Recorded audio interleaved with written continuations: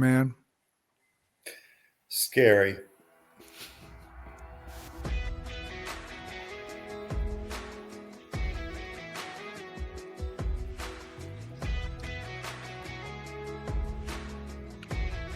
Hey y'all, Troy Brown here from the Music Business Gameplan, and I am your co-host, and with me is my business partner in Big Timber Entertainment, Mr. Mark Oliverius.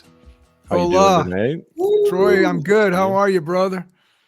I am doing great. I do this podcast, live stream, and YouTube video from Wisconsin, probably anyone who's joined us. And today we had a high of 1 degree and a wind chill of about between 20 and 30 below zero. So I am wearing my Big Timber sweatshirt tonight.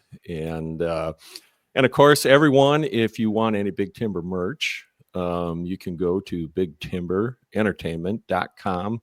It's out there. Real easy. Just push a couple of buttons, put your credit card in, and we'll get it out to you. And, we've got a very, very special guest on tonight. Mark, why don't you take it away? Absolutely. He doesn't like me to talk about him, or doesn't like anybody to talk about him, but he's the rhythm section. He's one of the finest. First of all, he's one of the finest humans I know. I'll put that right out front. I had the pleasure of working with Duncan Duncan Mullins, one of the finest bass players in Nashville, which means the world.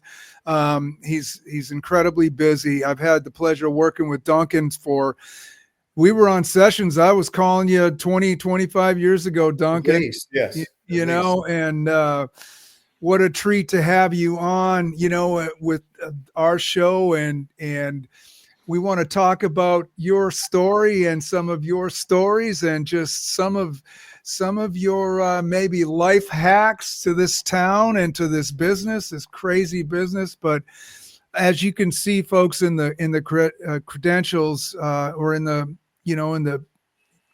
promo, those are only a small fraction of his credentials. You had 2 sessions today, right? You had a 10 and a 2 today. Yes. Mm-hmm. You're working a lot of sessions, aren't you? Well, people tend to, toward the end of the year, it gets a little crowded, believe it or not, right before Christmas. So that's kind of normal. It's a good thing. What kind of stuff what kind of stylistically, what kind of things are you covering, Duncan? All over the map. Like just yesterday, I had some really good singer-songwriter, sort of gospel Christian things that were a bunch of different styles kind of melded together. I tend to do a lot of that contemporary Christian kind of things, and the Southern gospel stuff is still huge, and I do a lot of that too. So, and then there's the sort of, normal country demo things that are still going on. Just all over the map, basically. That's the way it's always been. I like it that way.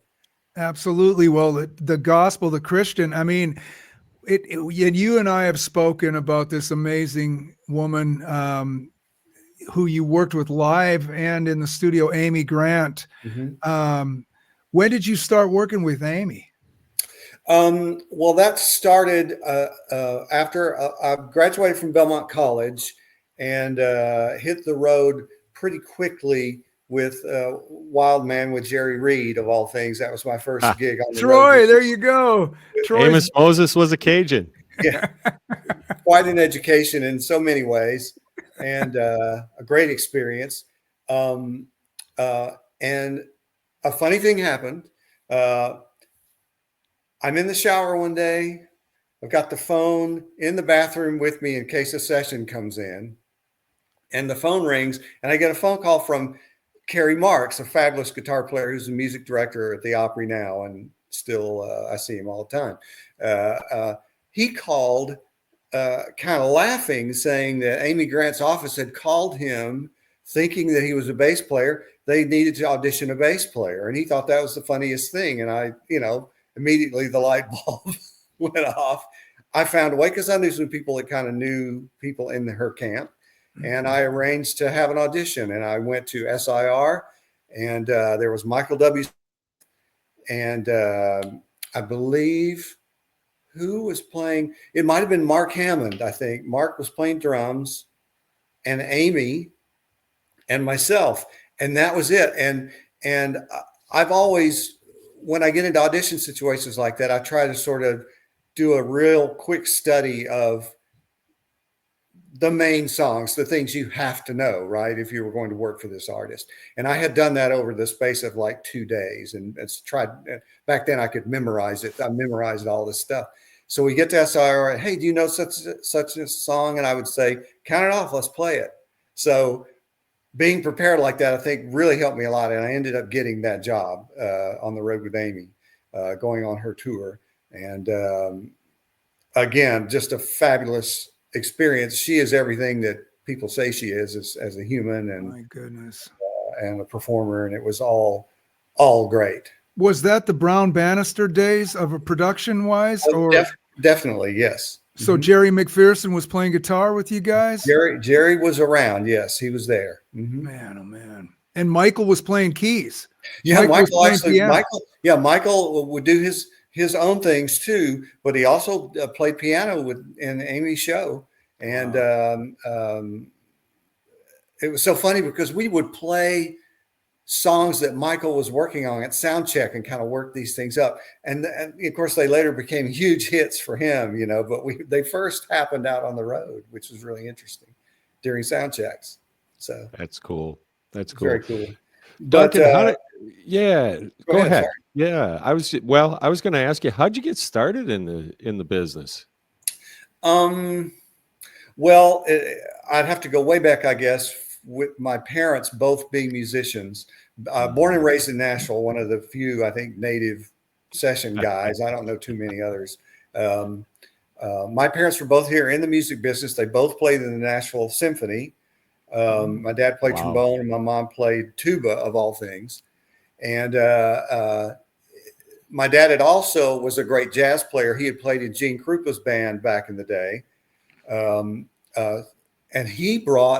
he started bringing music in. He brought the Beatles records in, Chicago, Blood, Sweat and Tears, all that stuff I'd never heard of. I was playing trombone at the time. That's how I started. Cool. And it kind of blossomed into me finding the group Yes, of course, with great Chris Squires, the bass player. And they had the song called Roundabout, was probably their biggest hit.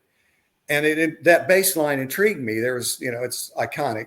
And so I basically said, I really want to learn how to play that. So my parents got me a little Japanese copy Fender jazz bass, and I basically taught myself how to play that song. Of course, I was playing it incorrectly, but to my ear, I was doing the right thing. And so for probably a year, that's about the only song I could actually play. With a pick? Were you using a pick on that? I was using a pick. Oh, yeah. I did figure that out. I did figure out it had to be a pick. But couldn't play anything else but that for the longest time. And then I just started realizing I had an affinity for it. Of course, coming from being a trombone player, I could read really well already and all that stuff. That wasn't an issue. Mm-hmm. So it was sort of just camping out in my room and listening to records and learning how to do it myself. I taught myself how to play like so many of us do. And it became, I had that moment where I sort of realized, as a career, this might be something I really want to do rather than playing trombone, because as a cocky teenager, I'm thinking, who wants to play trombone when they grow up? Even though my dad had amazing success doing it, Anyway, so I just sort of gradually went away from the brass and toward the strings and never looked back. So that's cool. That's cool. And then you ended up at Belmont. Ended up at Belmont. Yeah. In the music business program was in its early years there. I went through that program and got my bachelor's in business administration with, specializing in music business. Mm-hmm. And of course, I'm very proud of this. My graduating year, I was the outstanding music business graduate. That way. Carried a $50 cash prize. So, hey, that was seed money. That got me started. But Belmont was a wonderful environment, even then, even in the early years of that program, because you had great people who were coming to teach there. and then people, I ended up like your Dan Huff kind of guys and all that. They were in school there all at that same time. And I still see them around, the industry for all of the years after that. So it was a great opportunity to go through that Belmont program. And it's sort of, I tried to start doing sessions toward the end of the Belmont time. And of course, when you're just starting out, it's kind of really difficult to fit in if you don't know the ins and outs yet, and you don't know the sort of methods, the dues you have to pay to get to that point to actually be on sessions on a regular basis. It was much easier to audition for live gigs and get them. And I had really good ones. I didn't pay any dues on the road because all my gigs were really good. I played with Jerry Reed first, and then Amy Grant. And also played with Crystal Gale for about maybe 5 or 6 years, which was a great opportunity to start doing sessions here in town, because she only did, I say only, maybe 110 days a year or something like that. And so I started trying to cultivate stuff at home, and it eventually got to the point where with Crystal, where I got kind of tired of turning stuff down in town session wise. And so I made the break. It's a leap of faith, it was in 1990, and I went to her hotel room that afternoon and said, I'm going to try it in the studio. And she was very supportive, and she kind of knew that's kind of where I was headed anyway, just from talking about it before. And so I made the jump and got an apartment down on 18th Avenue, and just said, let's see what happens. And I think it probably took maybe 1.5 to 2 years before I felt any comfort, like I can start to count on some of these clients, some of these accounts, basically earning a living. It didn't happen right away. And I think it's probably still that way. Obviously, it's a lot tougher now than it was back then, probably. But things just started snowballing, and it's been great since then. Yeah. Duncan, there's been a lot of cost cutting in studio production since streaming platforms and versus when everyone went into the studio. Can you elaborate on that a little bit? What's different from 1990 in the studio to today? How has that changed? Well, in the demo market, especially with the advent of AI, which is still very scary ground, we haven't plowed all that up yet. I can remember times in the you're talking about the early 90s, where my book for, let's say, 2 weeks ahead or more would just be 10-2-6s, and those were just demos every day. So there were so many more writers, so many more smaller publishing companies, and everybody was doing demos, and that's just the way it was. So that piece of the pie, as you know, has just gotten smaller and smaller and smaller, because people can do really great demos in their home, on their Mac, and I don't know. It's an interesting thing that you can't replicate what happens when you get the people in the room, though, together, that Nashville thing, right? That has not changed. That magic is still really good. And I think people still understand that, but at the same time, they can do really good demos at home, which is, it's just the budgets are just, they shrink down and shrink, like you're saying, the cost cutting, and you've got people who are willing to basically play everything on the track at home. If they're not programming everything, they're playing everything. They're playing drums, they're playing bass, they're playing guitar, and then shipping it off to somebody. If they don't happen to play fiddle, maybe they have to spend to have someone do a fiddle overdub on it. I do a lot of overdubbing myself, doing tracks for people. But you have a lot of got one-stop shop guys that are doing demos on everything on the track. So they further cut costs doing that. Yeah. Yeah. Yeah. It's been fascinating in But my I time just in this. hope that, you know, the magic of having the people in the room will never change. And I hope people continue to realize that for years to come, but say is the younger generation, the guys that are out there coming. Yeah.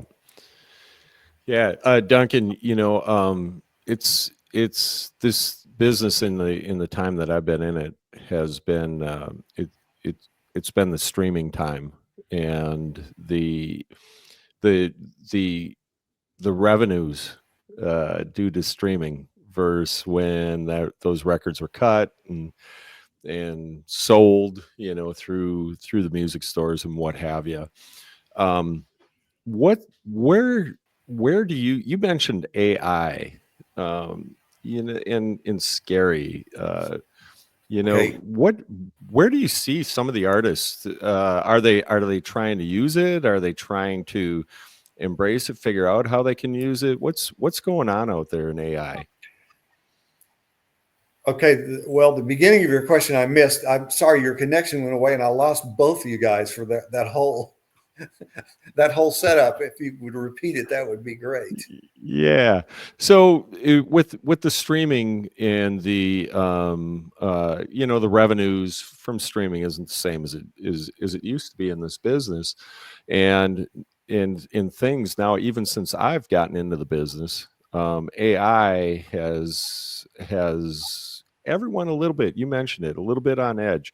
Do you see artists actually trying to figure out how they can embrace AI and use it as a tool? I know we do have copyright issues that everyone's worried about, but using it really as a tool and an effective tool. Yeah, I think that would be the best way to describe it is as a tool. That would be the best use of AI. I think as far as writers and artists go, the thing I found with it for me is someone brings in something and says, look what I did with AI. Listen to this. And you hear it.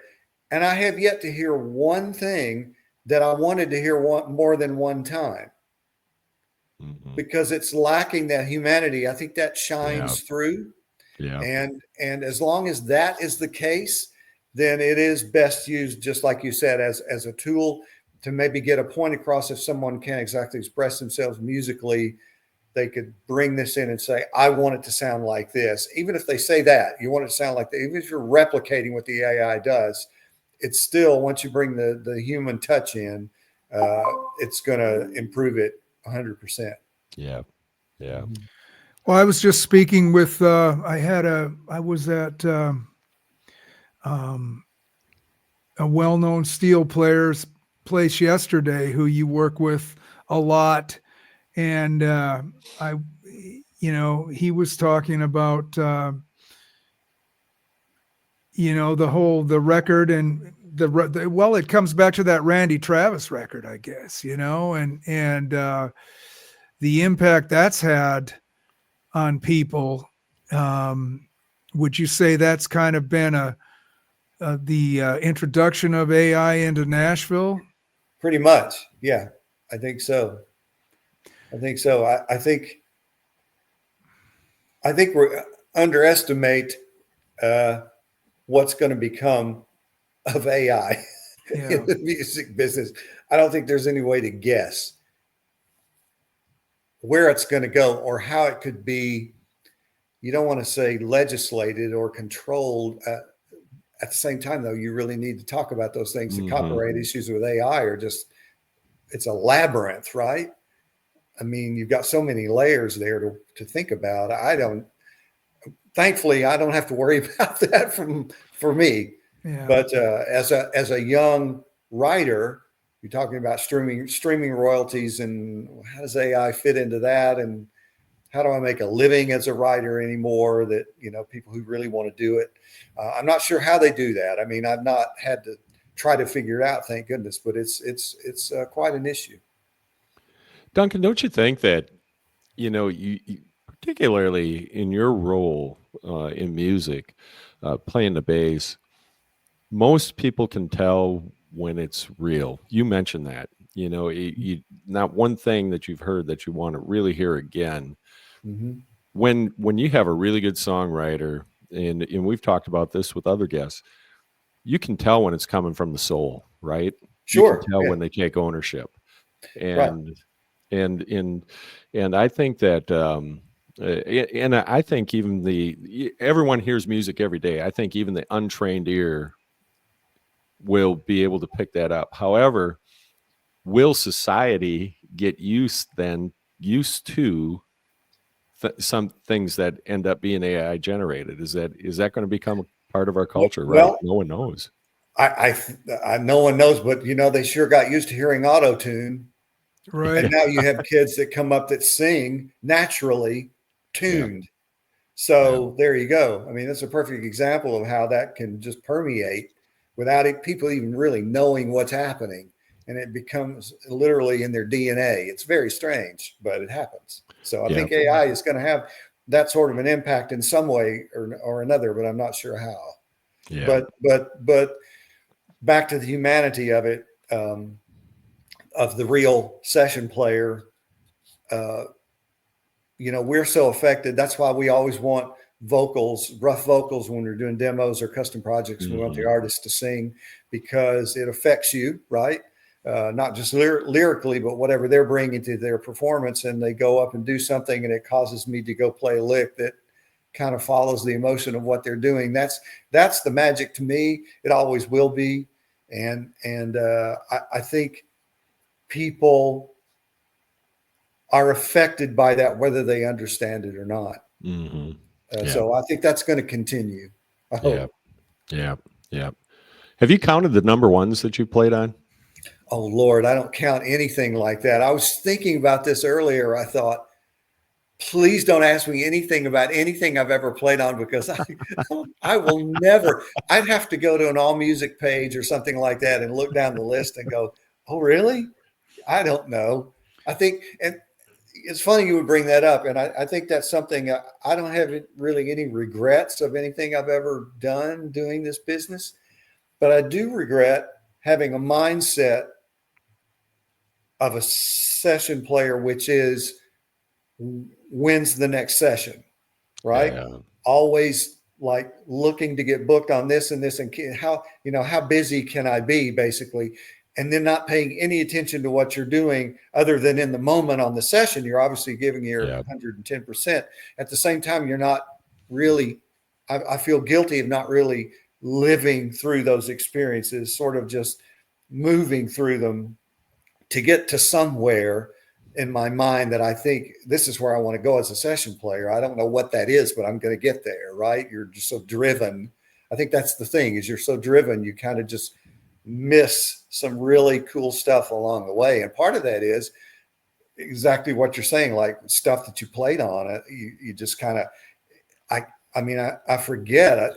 I have people that say, "Oh, we met on such a session in 1998. Remember that? We did this record at Dark Horse, and you played this." And I'm like, "What? I don't have any recollection of that at all." And as far as I know, thank God above, there's no Alzheimer's in me yet. But I just, boy, that stuff, it just all melts together into one big pot of blessing to me. I've just always kind of managed to work, and for whatever reason, and I'm my own worst critic. I tell people, I say this all the time. I hate everything I do. I'm always looking to get better and always looking for a better sound. That's what makes you good. Well, it helps just keep you driven in some good ways. Right. Yeah. Well, Duncan, what about if you could, for the young folks, the young players out there, how would you, what would be your checklist for preparing for, I'll say sessions, but that next level in their career, whether it be sessions or playing with a great artist, or what would you, let's just start with sessions. How about that? What checklist should they focus on? Oh, well, first and foremost, because everybody, because of the grid and Pro Tools and everybody lines everything up and all that. My goal as a player is to not have to give anybody any extra work after I leave that place to line up my bass part to make sure it's in time. Time to me is paramount. The groove is paramount, obviously, as a rhythm section player. My job, and I think I'm pretty good at this. At least if I have any kind of talent, I hope this is part of it, is that whoever I'm playing with drummer wise on the session, I want to lock with what they're doing, whether it's what I might do or not. Maybe they have a little different concept of where the kick drum lands. Maybe they play a little way far on the backside. And it's not my job to go in and like impose my bass will on the rest of the rhythm section, right? I want to meld with that drummer, and that's going to give you some magic tracks, right? So the primary thing as a bass player, as a session person, is just to have a sort of a marriage with your drummer on the session. Make sure there's good communication there, and don't be afraid to like talk to him about it. Hey, what about this kick drum pattern in the second verse? Or, you don't want to overthink it or over talk it, but at the same time, if you just get some kind of little notes, that keep in your brain while you're playing the track, things are going to be just a lot more special. So I think it's just communication, communication skills. It's kind of easy maybe as a younger player to go into a session, sort of be in your own world. Maybe you're staring at your phone, so you don't have to, between takes, so you don't have to talk to anybody. But it needs to be kind of the opposite of that. Not when you're in everybody's face, but at the same time, you're finding out about their lives, not just how they play, but finding out about them as people. And that way you kind of can develop your social maturity. And that's going to help you in the session world as well, because you're going to start to get a circle of friends that are doing that, who want you around because you're their actual friend. It's not just how good you are as a player, but it's important to be just a human and to treat people with respect, and people enjoy having that around them, so you're going to get called back. I've been on a few sessions with some younger guys who were kind of into their own thing, kind of ignoring all the other players as far as contributing to the session as a whole. And it really leaves me kind of empty at the end. It's like you don't automatically say, "Oh gosh, I hope to work with that guy again," Yeah. So the personal aspect of it, to me, the social aspect of it, is just every bit as important when you're starting out as how many notes you can play, or how many basses you take to a session, or any of that stuff. What about pressure? What about the pressure of a session? Because there is, in dealing with it, and if the right fit, if you've got some of the wrong personnel in there, Mm-hmm. I've seen it. And not really. I haven't seen it because everything's been, because you're aware of that. You never want that pressure. You never want pressure to show its head. Right? Mm-hmm. Everybody should be loose, but yet top of their game. Right. You mean pressure as far as to perform your own pressure thing well? Pressure on the pressure if you're in there with some of the big, as these big other session players, some of the guys maybe that you've never worked with before. Yeah. I've definitely been in that situation when I was starting out, screaming inside, this voice inside screaming, "What are you doing here?" I could remember that, and just sweating. Like, you just never let them see you sweat, though. Right. I think that's the deal. You just have to handle it.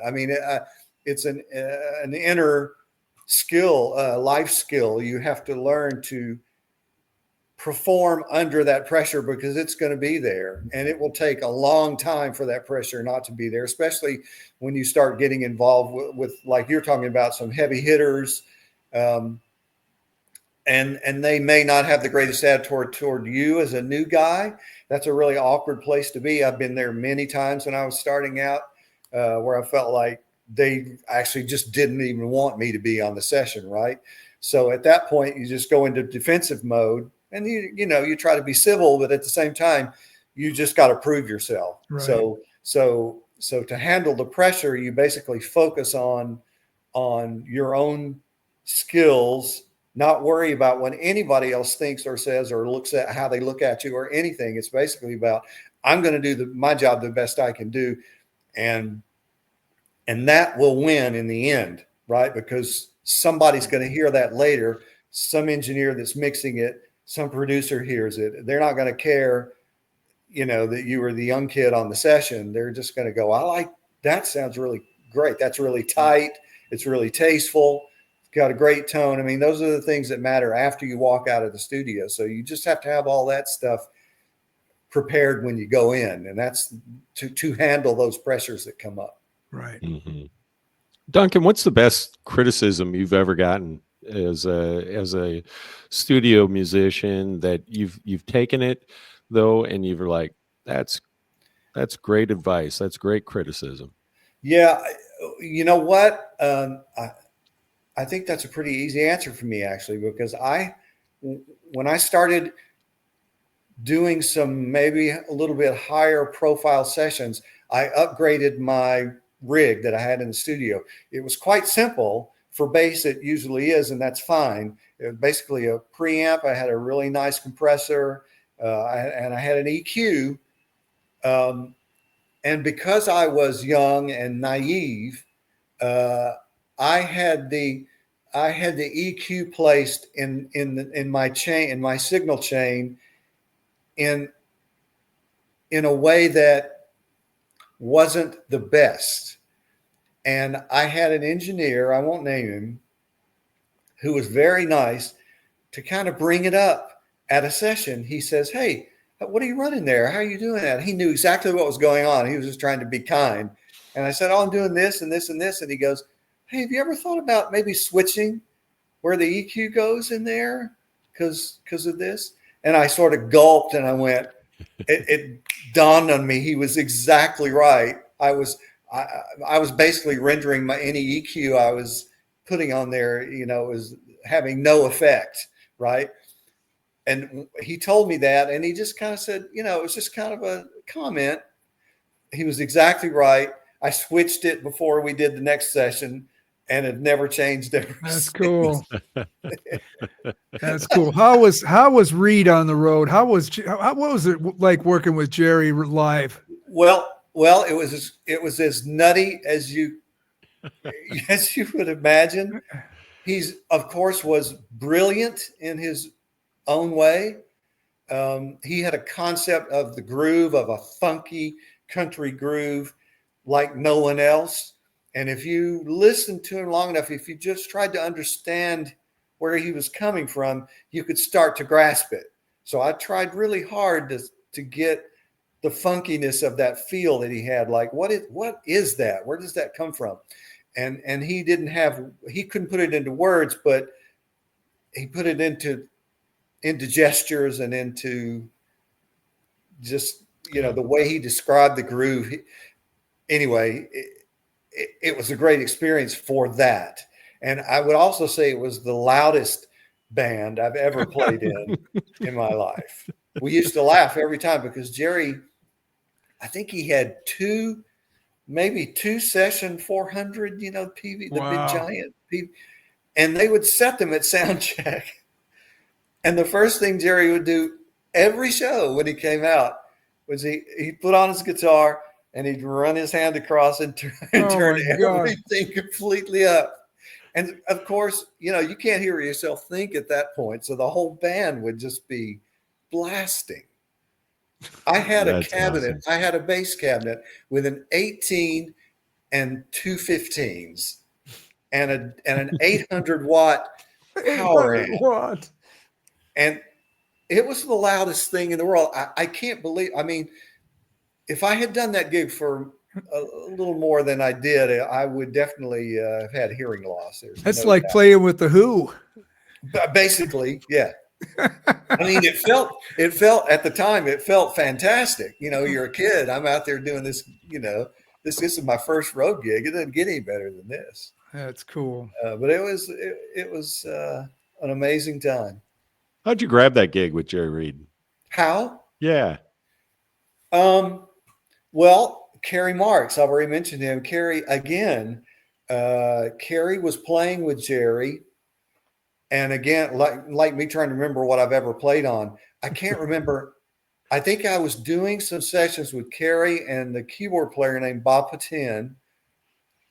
They got in contact. They called me and wanted to know if I wanted to audition for Jerry's band. I did not seek it out as I remember. And I said I got that apartment on 18th Avenue. Jerry's office was actually just down the hill from my apartment. And it was snowing when they wanted me to come and audition. And I remember sliding down the hill and running into the sidewalk in my car up in the snow to go do this audition. And the audition was chaos. They had an upstairs office. We plugged in and played some songs. Again, I had listened to some of them, and so I could play Amos Moses and all the big stuff. And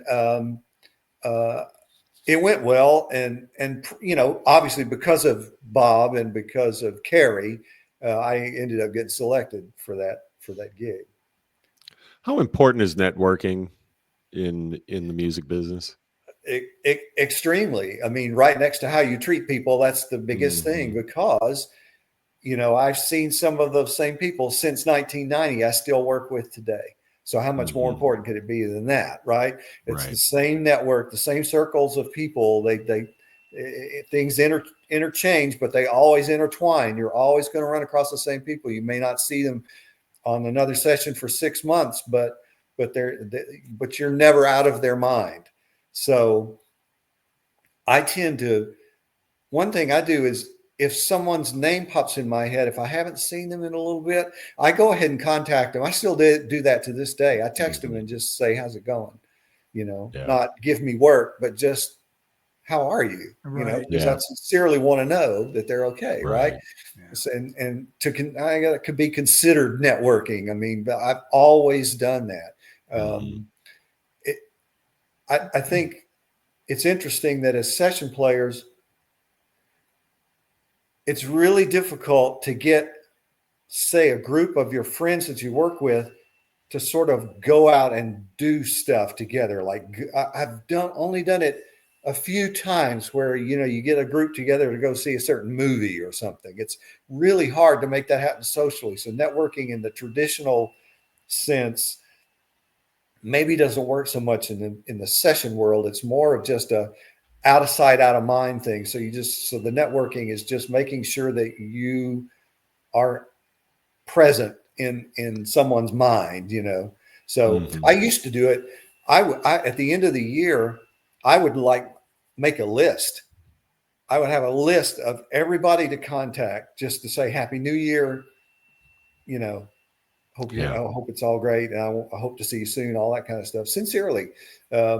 Not expecting anything in return, but to me, that was my form of networking. And I think it helped quite a bit, actually. Olivia Newton-John. Go. Well, I have one Olivia Newton-John story. I guess I can tell it. Yeah, you can.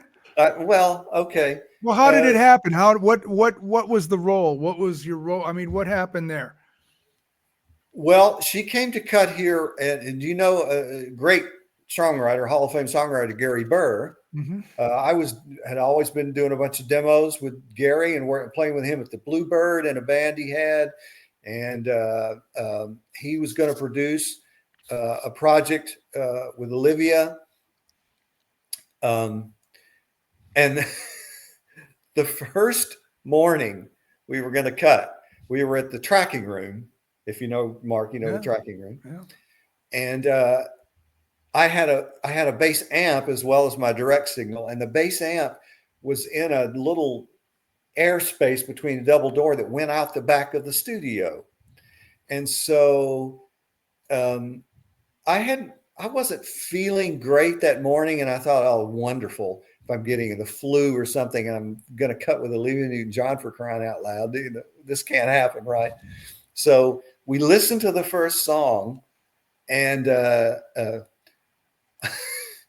I go out and sit down at the bass position, and the song gets counted off, and they start playing it, and there's no bass, because all of a sudden I had to get up, run out the door, out the back, and pardon me, hurled everywhere, all over my amp and out the back door. Wow. This is my meeting. This is my introduction to Olivia Newton-John. I'm thinking this is a highlight of my whole career that's about to happen here. And that's how it gets started. But to her credit, being the angel that she was, she stayed away from me, right? Because she didn't want to be involved with the sickness, but she had her people take care of me. They went and got me stuff. We ended up continued to cut. And once I had that episode, I was kind of okay for the rest of the day. Right. But she couldn't have been any sweeter about it. And absolute angel of a human, Mm-hmm. Well, and you've got so many. I mean, I'd like to just touch on some in our time left. I mean, like Richard Marx. What about Richard Marx's project? Well, that was again an amazing opportunity. I think he became interested in Nashville and Nashville players, and knew of the capabilities of the studio guys, and just wanted to come here. I knew friends of his, so I met him through that connection. Visiting out in LA, I was able to hang out with him early on in his career. I remember driving around LA with him in a Mercedes convertible, and he had a nice little house in the hills. It was just beginning for him, and then it all exploded for him, of course. And eventually, so I had met him and knew him before he came here to do that. So that was the connection. When he came to do the Nashville thing, I was lucky enough to get called. So He's an awesome songwriter too. Fantastic! He's awesome at everything. He's awesome at everything. Yeah. He does. And I always thought he was amazing. I always told people, they asked me how, what do you think of him, whatever.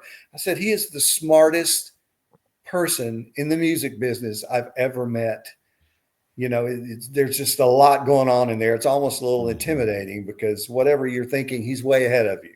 Well, his dad was a successful jingle writer in Chicago. Sure. His dad just created commercials nonstop.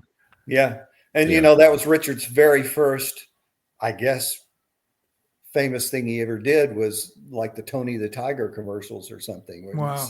Where the kid that said, "That's great." I think that was Richard.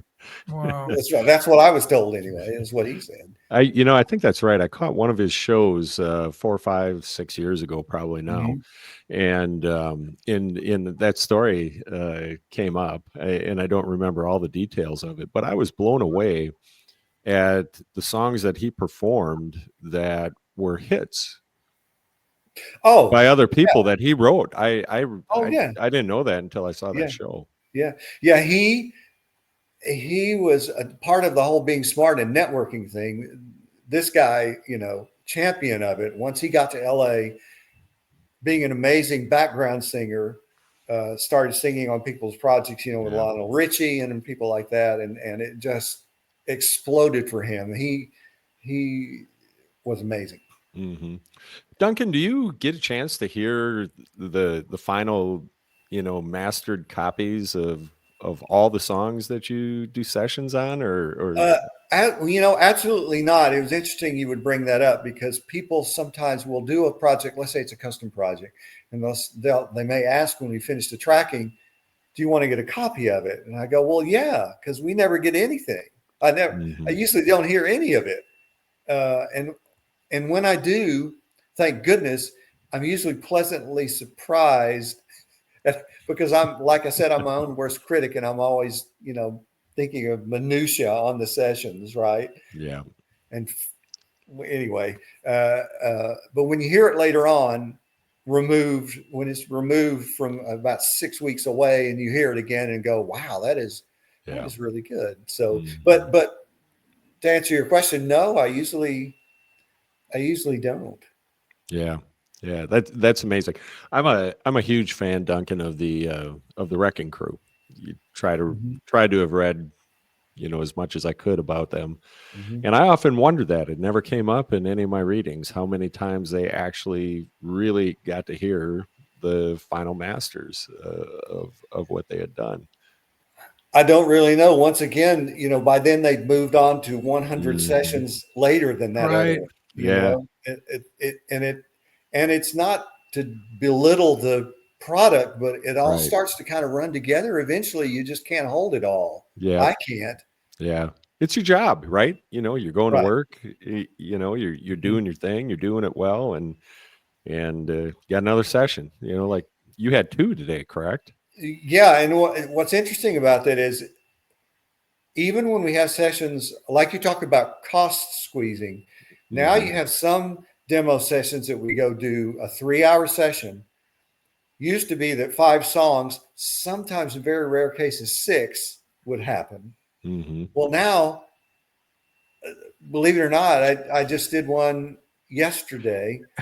We did 10. We did That's no, crazy. no, wait. I'm sorry, I lied. We did nine songs in the In one 3 session. hours. And and there's one producer I will not name because I don't think he would want me to do it. But we've done way more than that in a day. Like had an insane number of songs in a day.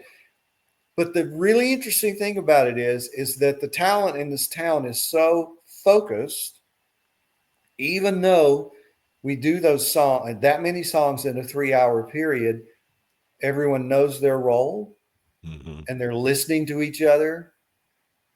And we get amazing tracks in 1 or 2 takes at the most. And then sometimes I just sit there and go, how do we do that? I don't know that they do that anywhere else. I don't think it happens anywhere else except in this town. And it's a really fascinating thing to think that everybody is so quick. And the guitar players, they've already got, the third part in their mind. They're going to overdub, right? Yeah. The third sound or whatever. That just blows me away. And there's so many good guys in this town that do this. But anymore, the cost squeezing down to get that many songs in one session, obviously the cost per song is, brought way down, and that's the way it goes. Yeah. Yeah. Duncan, I'm going to regress here about a half an hour. What you mentioned with your business management, your music business management degree. How have you used that over time in the music business? I mean, is Well, it something you'd recommend? at that time it was a bachelor's of business administration. It was basically a business degree. Mm-hmm. The only specialization in music business Okay.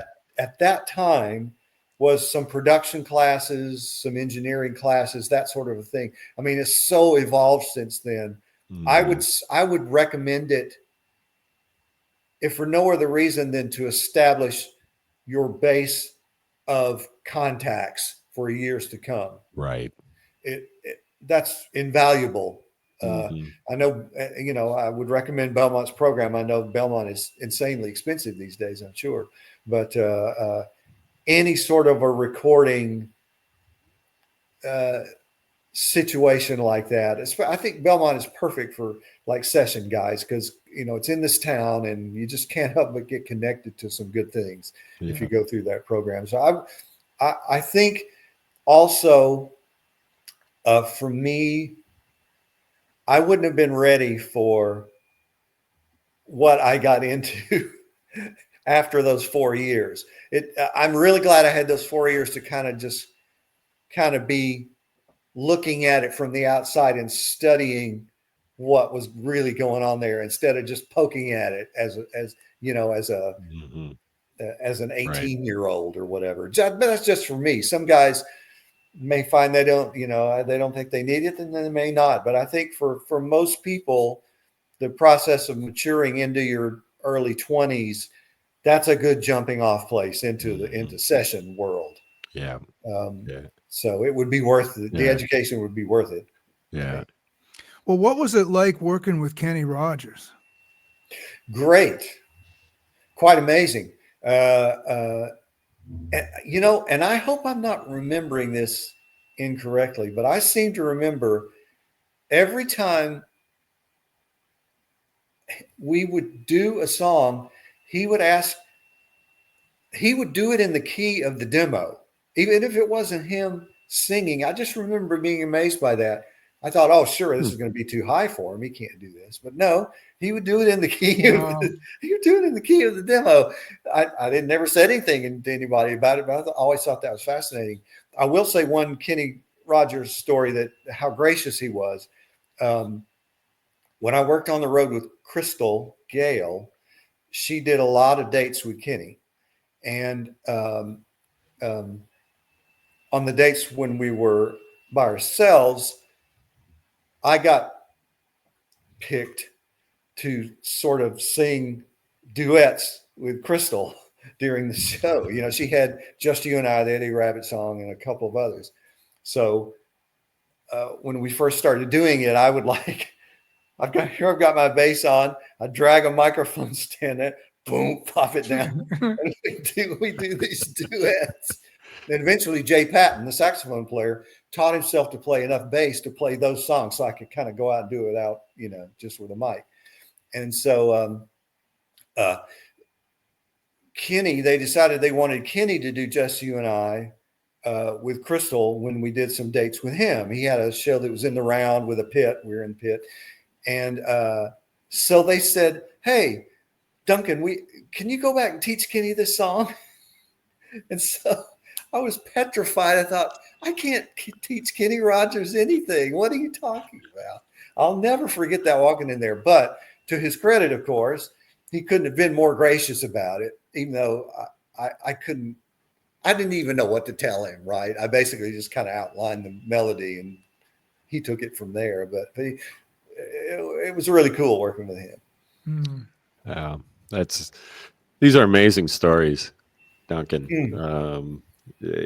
When we get feedback too, people they love to hear the stories of what it was like working with certain artists and what it was like. I always say back in the day. I'm old enough to say back in the day. Yeah, I'll say it in all caps. I always said I wasn't going to be that guy who said, yeah, 30 years ago, this is what happened, or I'd become that guy. Well, we always talk about back in the day as being that period in the early 90s when it was just immense. The amount of work that was going on was just insane. And Mark, you're talking about for new guys, for people who want to get into that world. I think you kind of have to these days. You got to be multi-talented. I mean, you can't just be a bass player, right? Like when I was coming through, I think I might have been kind of ahead of myself a little bit because I did a lot of drum programming and playing bass on people's sessions before it was really done a whole lot, right? But I think nowadays, the young guys are, they are playing, they can play drums, they can play bass, they can play guitar. I think you've got to do that. You got to be able to bring a lot to the party, basically. Absolutely. I didn't know you were a programmer. I'd put you to work double duty on some of those sessions, Oh, I wish you would have. Do you know there was one song? Do you remember Exile's song called Super Love? Oh, yeah. Now, I did what we called a dance mix of Super Love. I programmed the track for it. And I promise you, you go look for that Super Love dance mix on YouTube. It was like in 1995, maybe, I think, something like that. I sat up in my office and sampled for hours. I sampled stuff off James Brown records. I sampled stuff off Tower of Power records. I was using, on the very early days of doing that stuff. And it became a really, really big hit. And it's still out there. They're still using it to line dance to and still Man, that's what were you using in a Kai? What were you Yeah, using? I had an Akai, and I had it was an MPC? MPC 60. Nice. Yeah. Man. Mhm. That's of course you were doing that, Duncan. I mean, again, Troy, we talk about it, and of course, when I came to town in '84, I mean, it's just you've just got so much immense talent jammed into a 30 square miles or however you want to put it, from Right. now from Spring Hill north to Hendersonville and Gallatin. I mean, that whole radius and area of just incredibly talented, incredibly gifted players, and you have to be around them. You have to be around that talent to get it. Helps you get your own stuff together, right? I mean, how do you feel about that competition and that fire, going through the fire and steel sharpening steel and all these sayings and everything? Mhm. I don't feel a lot of competition with too many other bass players, obviously because I don't work with them. At the same time, I really respect what they do because I hear some things that they do and think I would have never played that. Not it, in a good way. I'm saying that it's so creative or it's so contrary to what you. It's like leaving yourself open to all different kinds of music. I have to leave myself open to just hear what all of the other guys are playing and try to incorporate a lot of that stuff into what I do because we all influence each other. We hear Right. what the others are doing and Yeah, I'm thinking whatever. about more so not just a particular instrument, but the whole of this community and Mm-hmm. how it has always been. You come in even from a major city, you come down here from Chicago, say, and pound for pound, you've got guys on every block that can bring the heat, and gals too. Right. Well, I guess I've just always been amazed that with that concentration of players that you're talking about, there's still enough work to go around for everyone to find their place. Right. It's always been that way. And that's by God's good graces, right? People are provided for.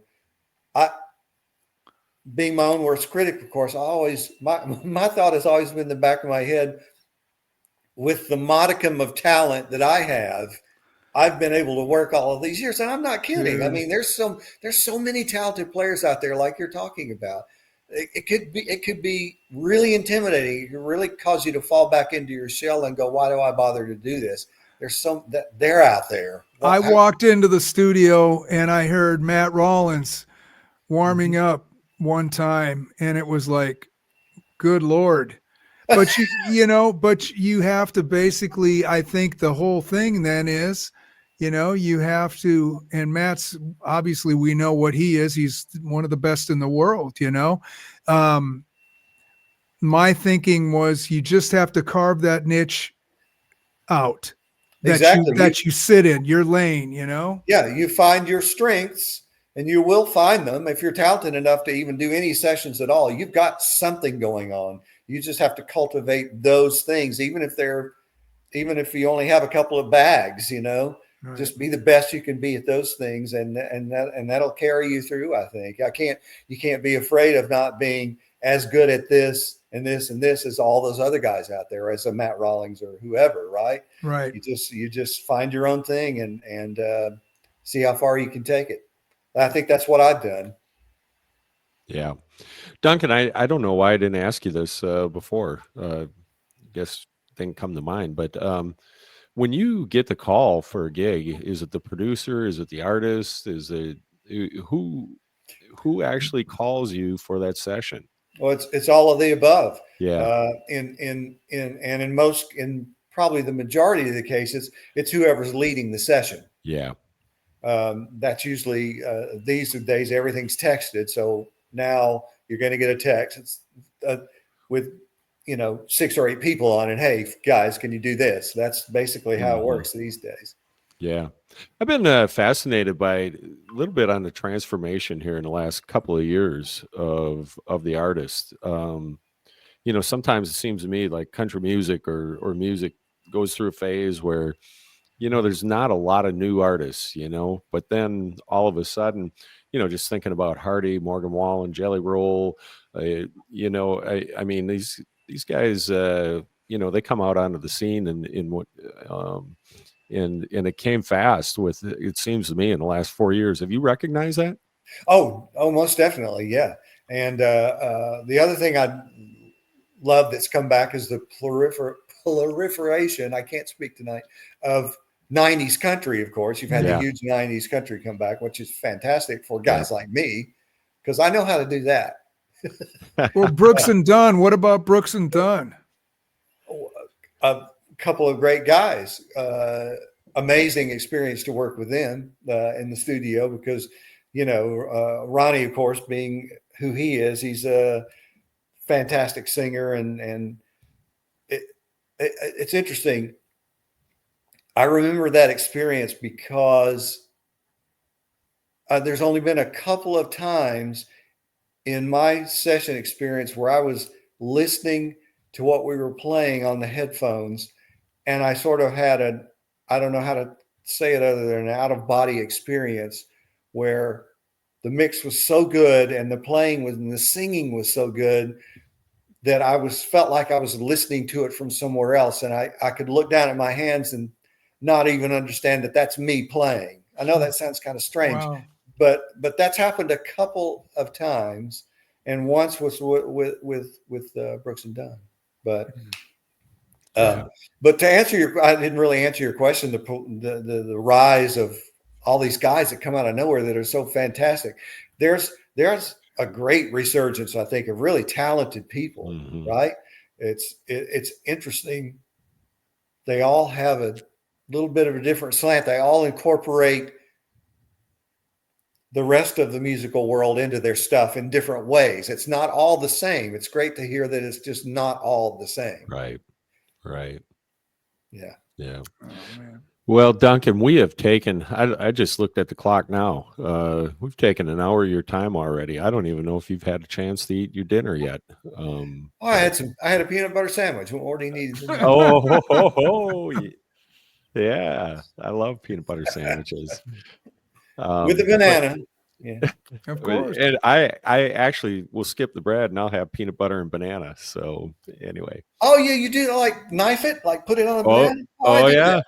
I do that. Yeah, totally. It's my favorite meal, favorite snack. And so anyway, that's all good, brother. It's all good. So any parting words of wisdom for anyone out there that watches this or listens to this, Duncan? I think it very simply, it's just the golden rules. Just do unto others in the session business. That's the main thing, because you can't go wrong if you just treat people the right way with respect. You'll get it back. I think that's the most important thing. That's beautiful. That's beautiful. Amen. So, well, Duncan, I really want to wish you a Merry Christmas. Same to you guys. Thank you. And thanks for doing what you do and helping someone like me really enjoy, the music and everything that you stand for in the music business. I really, truly, from the bottom of my heart, appreciate that. Oh, I'm humbled. Thank you. That's a nice thing for you to say. Yeah. So good. I enjoyed it, guys. Good Mark? to see you, brother Troy, brother Duncan. Man, what a good night. Yeah, what a great night. Great night tonight. And y'all listening out there and watching us out there, really appreciate your likes and your follows. And it's a great ride doing this and getting to meet great people like Duncan. And of course, always being in it with you, Mark, each and every day. So I just want to wish everyone a Merry Christmas. And we probably will have a show, though, before the new year, don't you think, Mark? Yeah. Well, actually, next week. Yeah, I'm getting ahead of myself here. I'll just be watching that time if it's okay. You'll be playing. You'll be in on session somewhere, Duncan. Don't kid around here. You're in our network. All right. So, all right, all have a great night. I'm going to end this stream right now.